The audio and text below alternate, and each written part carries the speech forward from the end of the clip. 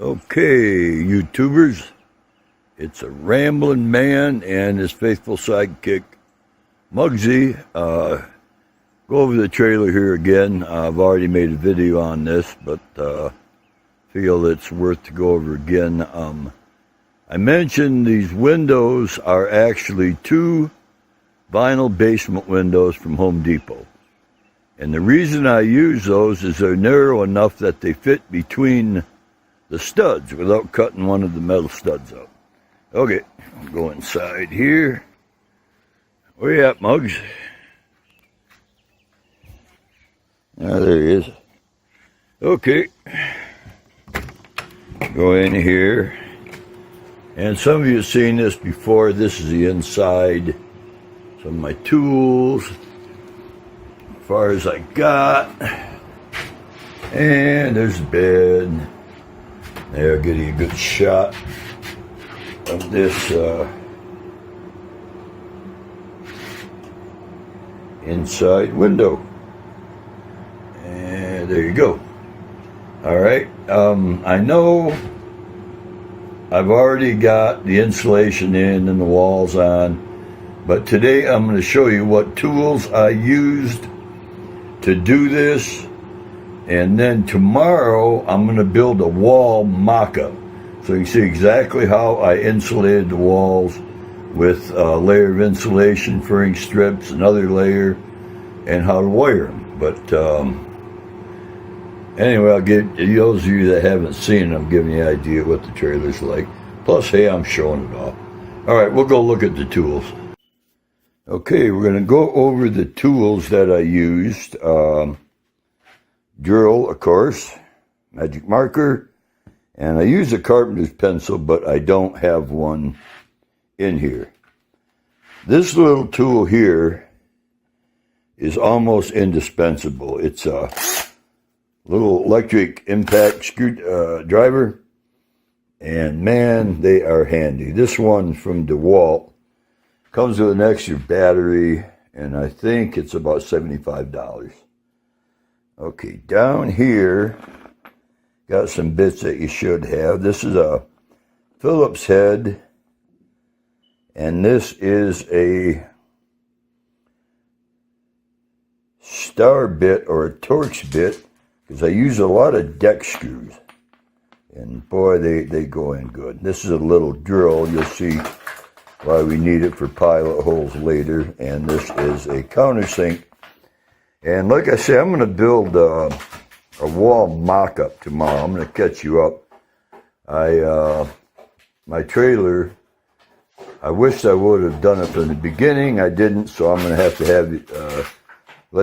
let you have you permit me to catch up. Okay, and you need a little jigsaw, saber saw, scroll saw, whatever you want to call it. I got a Ryobi. Okay, skill saw, set of drill bits, of course, and then basic hand tools. I like these 4-ways, very handy. A utility knife, a hammer, a pair of wire strippers. You don't really need them, but I like them. It keeps you from nicking the wire, putting a nick in it, causing a weak spot. When you turn electricity on and off, the copper wire expands and contracts a little bit. And if you got a little nick in there, in time you can worry it loose. So these pretty well prevent that. Set of needle nose, wire clippers, tape measure, and this is hope you can get a good look at, a serrated steak knife. And boy, this is very good for cutting that rigid foam insulation. That's better than a utility knife or anything I've found. Okay, back here, now you can get one of these or not. This is a compressor and a 1/4-inch staple gun. Now the compressor I got at Lowe's on sale for $50. And it is a good little item to have. And the stapler is a Hitachi, which are real good, and I can't remember what I paid for that. But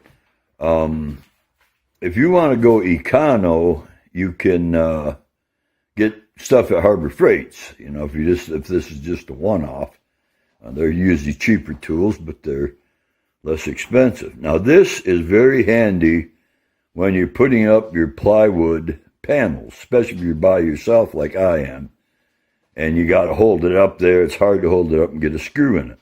I screw everything up, but to hold it temporarily and put it over my head and tack it with 1 inch by 1/4 inch staples from that. So, I can't think of anything else. That's about it in a nutshell. Again, you know, see what we got here. I don't know the total cost because I bought this stuff so long. The drill bits are really a lot cheaper than you think for a set. It's almost as cheap to buy a set now as it is to get a single drill bit. And there's that little compressor. I think that thing is so light, I think I'm going to take it with me, put it in my van, because it's good for filling up air tires. And if somebody, you know, in the camp area needs tires filled, while you're there, you can help them. And also, I carry a 2,000,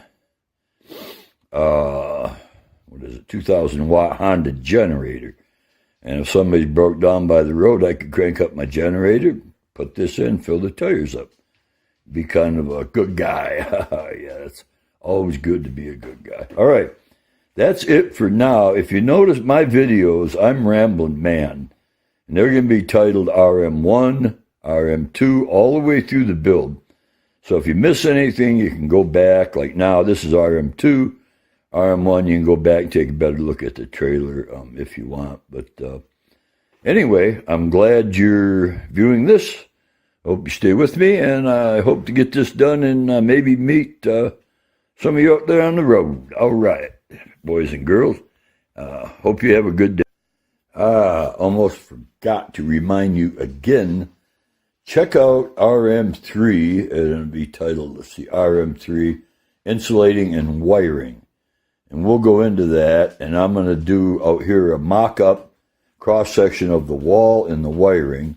So you should be pretty well caught up where I'm at. But it behoove you to see that. And subscribe to my channel. I'm a new guy. Pretty easy to get along with.